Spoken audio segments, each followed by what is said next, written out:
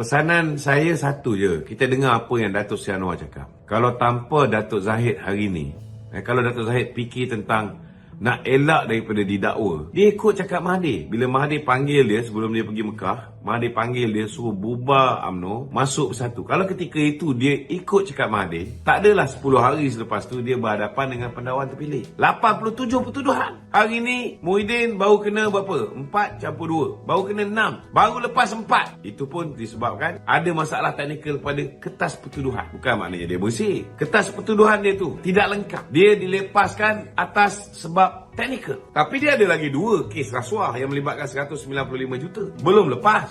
Tapi Datuk Zahid sudah dibicarakan dan didapati tidak ada prima facie. Dah dibicarakan 40. 10 kali ganda dia punya kes yang dilepaskan oleh mahkamah. Tak ada pun orang bising. Tak ada pun orang cakap, oh, Datuk Zahid bersih. Kalau nak kira kan Datuk Zahid 10 kali lebih bersih. Sebab 40 pertuduhan yang dia digugurkan. Dan dia bukan digugurkan oleh Datuk Seri Anwar. Bukan digugurkan oleh kawan-kawan dia. Dia digugurkan oleh Badan Kehakiman ketika pemerintahan musuh politik dia, Ismail Sabri. Jangan lupa tu, Ismail Sabri bukan dengan kita. Dia duduk dalam UMNO, dia naik Presiden UMNO, jiwa dia dengan PN. Dia tanda tangan perjanjian 17 perkara bersama dengan Muhyiddin. Jangan lupa tu. Datuk Zahid dibebaskan zaman Ismail Sabri. Ketika Ismail Sabri dengar cakap Muhyiddin. Dibebaskan oleh mahkamah yang kita tahu Ketua Hakim Negara ketika itu dilantik oleh Mahathir. Peguam negara ketika itu dilantik oleh Muhyiddin, dikekalkan oleh Ismail Sabri. Jadi ini antara benda yang ahli kena fikir. Kenapa kita nak dengar cakap musuh kita? Kenapa kita nak dengar cakap KJ, cakap Anwar Musa, cakap Noh Omar, cakap Syahidan Kasim yang terang-terang pengkhianat? Kita tak nak dengar cakap presiden kita. Kalau dulu ketika kita memerintah, kita dakwa orang di bawah Akta Pencegahan Rasuah, kita boleh cakap orang tu memang. Tetapi bila musuh kita memerintah, dia gunakan SPRM. Dia letak ahli jawatan kuasa PKR pula tu, Latifah Koya, jadi ketua pengarah SPRM. Dan dia letak Tommy Thomas pula sebagai AG. Dia lakukan pendakwaan terpilih. Dalam buku Justice in Wilderness yang ditulis oleh Tommy Thomas sendiri, dia mengakui bahawa berlakunya campur tangan pihak eksekutif Mahathir di dalam sistem perundangan dan kehakiman. Ini bekas AG yang tulis, sedang disiasat, bukan kita yang tulis. So persoalan dia hari ini, bila musuh kita dakwa pemimpin kita, kita kena tahu bahawa ini jelas satu bukti bahawa pemimpin kita tidak tunduk dengan musuh kita, tidak lari. Tetapi hari ini, adakah pemimpin-pemimpin UMNO lain, termasuk yang beria nak jadi pengganti kepada Datuk Zahid ini, bersih? Kena ingat ni, kita nak elak daripada berbicara soal ini, tetapi jangan cabar kita. Aku tak peduli apa pun, I got nothing to lose. Kita bukan tak tahu siapa yang mula-mula berinteraksi, berhubung dengan musuh kita. Sehingga kan di dalam parti ni, ada yang didakwa, ada yang lepas daripada hukuman, ada yang sepatutnya didakwa, tidak didakwa, macam Anwar Musa. Jangan lupa, ini semua kita ada rekod, semua kita ada dokumen. Okey? Kita lihat nafsu serakah Muhyiddin nak mendapat dari Perdana Menteri ini. Mereka gunakan duit sehabis baik. Duit yang dia sapu, duit jana wibawa. Program cukup cantik untuk kaum Bumi Putra. Last kali dapatkan orang Cina, Tokek Cina. Dia pergi collect duit pun ialah Tokek Cina daripada Pagu.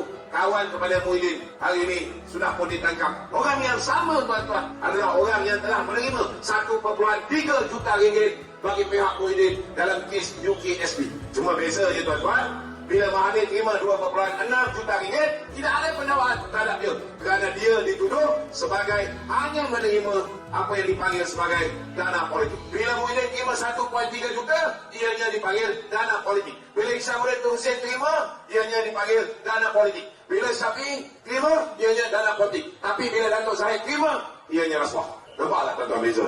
Sesetara, bukan setakat duit jana wibawa mereka sapu. Bila mereka daruratkan negara, saudara, mereka belanjakan lebih 600 bilion ringgit. Ketika dia nak dapatkan 600 lebih bilion ini tuan-tuan, daripada kajian yang dibuat oleh pihak SPRM Siasatan, 92.5 bilion tuan-tuan datangnya daripada perbelanjaan kerajaan itu sendiri. Yang lain ni daripada duit KWSP, duit itu, duit itu. Maka setelah disiasat, didapati punca macam mana SPRM siasat ini bukan kerana baik pihak PH ke, pihak PN ke membuat laporan polis, tak ada. Puncanya kebodohan mereka juga. Sebab apa saya kata puncanya kebodohan mereka? Kerana bila ada kuasa tuan-tuan, Mereka salah gunakan kuasa ni, kemudian duit yang mereka dapat ini, mereka gunakan sehabis baik untuk merasuah pengundi-pengundi sampai ianya dilakukan secara terang-terangan. Semua video yang mereka bagi pengundi, baik yang bagi RM150, bagi RM350, yang dia bagi dekat pagu mungkin tak keluar, yang kat Narut sampai RM1,000 tak keluar. Tetapi bila ada siasatan pihak SPRM, 90 orang tuan-tuan yang menerima duit daripada Perikatan Nasional setuju beri keterangan. Selepas 90 orang setuju beri keterangan di sesama, lebih kurang 10 orang yang memberikan dana kepada Parti Bersatu Perikatan Nasional telah tampil setuju bagi keterangan kepada pihak SPRM. Barulah terbongkar sesama duit yang diterima oleh Wang Saiful Wanjah. Baru terbongkar duit yang diterima oleh ketua ataupun timbalan ketua Bersatu Adik Kepung, iaitu saudara Adam Radlan yang merupakan sepupu kepada menantu Tan Sri Muhyiddin Yassin. Barulah terbongkar penglibatan Tan Sri Muhyiddin Yassin, penglibatan toke daripada pagu tadi. Puncanya mereka melakukan rasuah berskala besar kepada rakyat Malaysia yang tak pernah berlaku dalam sejarah Malaysia. Semuanya dirakam, sampaikan ada majlis angkat sumpah. Belum lepas pilihan raya, dah ada majlis angkat sumpah. Cuma beza dia, wallahi saya undi PAS. Wallahi saya undi PAS.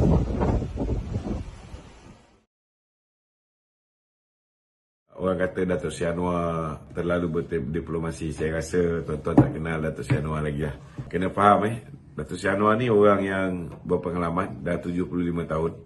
So dia ni seorang strategis. Saya rasa strategi dia betul lah dengan dia, strategi dia tak tukar AG, tak tukar CJ, tidak mengambil tindakan melulu. Contohnya sebenarnya ramai orang tak tahu tau. Mahathir boleh didakwa dah. Tun Daim dah boleh dakwa. Orang macam Muhyiddin sepatutnya berpuluh kes dia. Orang macam Hamzah dah boleh dakwa. Orang macam Main Sabri, orang macam Norma, orang macam Anwar Musa, kes beli vaksin, KJ segala macam. Ramai orang boleh dakwa ni. Tetapi strategi dia elak daripada dilihat pendendam ataupun menyalahgunakan kuasa. Jangan sampai dia orang dapat undi simpati. Saya ambil contohlah macam kes Sanusi ni. Tindakan menahan Sanusi tu akhirnya menyebabkan undi simpati. Tapi nak buat macam mana? Orang politik dah tak boleh kawal sebab Sanusi dah cross the line. Kalau dia sebelum ni pemimpin PAS main isu 3R, dia main isu agama, tak ada hal. Kita boleh lagi selamatkan dia kerana tak nak dia dapat undi simpati. Dia main isu